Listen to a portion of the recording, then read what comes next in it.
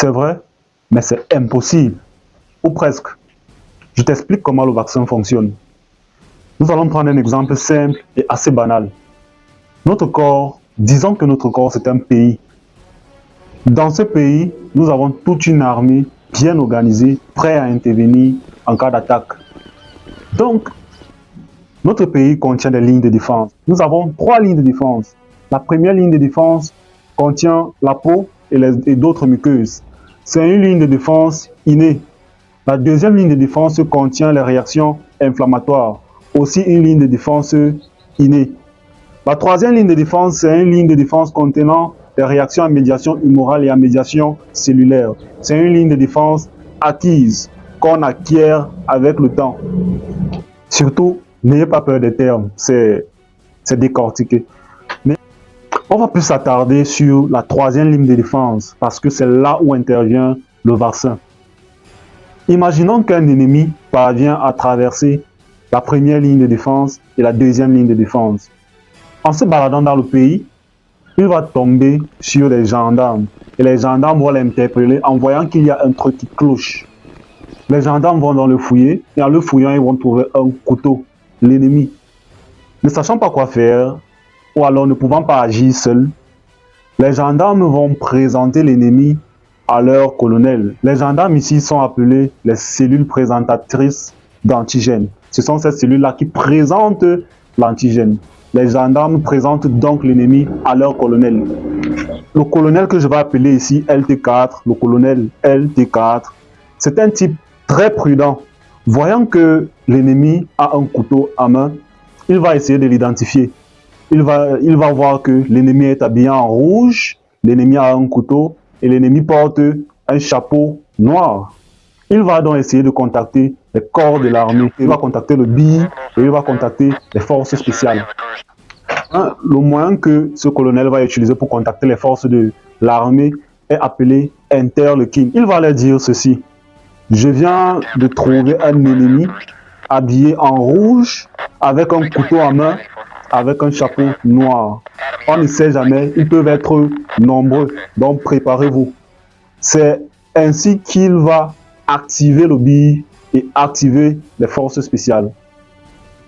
Les BI, LT8 et forces spéciales LB. Donc, le BIR et les forces spéciales, ayant reçu ce message, vont donc faire un recrutement massif pour pouvoir agir. Ils vont essayer de recruter le plus de monde possible. C'est ce que je vais appeler la multiplication. Le BIR va s'armer. Eux, ils ne réfléchissent pas trop. Ils agissent.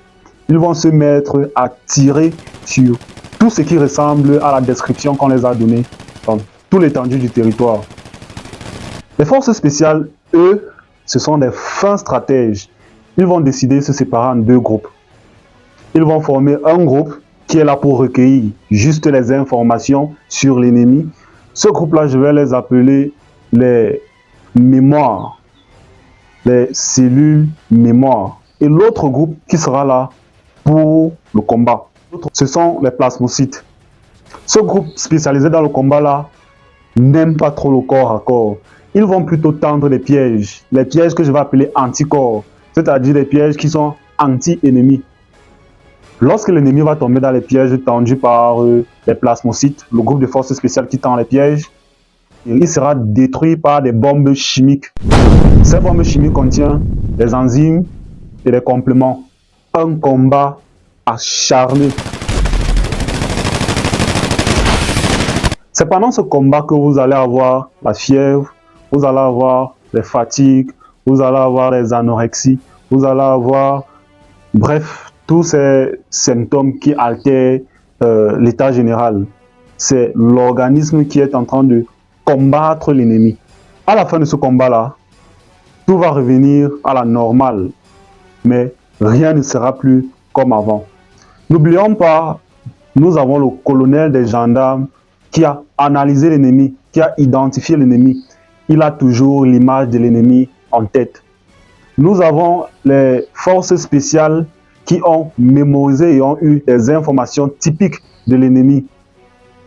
Donc, avec ces informations acquises chez l'ennemi, ce même ennemi ne pourra plus jamais franchir ne serait-ce que la première ligne de défense du corps, parce qu'on connaît déjà l'ennemi. En fait, le vaccin utilise le même principe. Qu'est-ce qu'on fait? Le vaccin, ce sont des ennemis morts ou alors des ennemis qu'on a affaiblis, qu'on envoie dans le pays pour pouvoir donner la capacité à l'armée de recueillir des informations sur l'ennemi en question. Comme ça, s'il arrive que le vrai ennemi arrive, que l'armée ait déjà des informations pour pouvoir l'empêcher d'attaquer. C'est la base, en fait, c'est le principe du vaccin. Sauf que le VIH n'est pas un virus comme les autres. Il a cette capacité-là qui lui permet de se métamorphoser. Je dirais en d'autres termes de muter. Il est rouge aujourd'hui avec un couteau. Il sera inutile de créer un vaccin parce qu'après-demain, il sera blanc avec un pistolet. Et le jour d'après, il sera jaune avec une carabine. Et un jour même, il va vous apporter un bazooka, un gros bazooka. Donc en gros, voilà pourquoi on ne peut pas créer de vaccin. Ou alors, voilà pourquoi on n'a pas encore créé de vaccin contre le VIH-Sida. C'est un virus qui n'est pas stable morphologiquement. Il n'a pas une apparence fixe.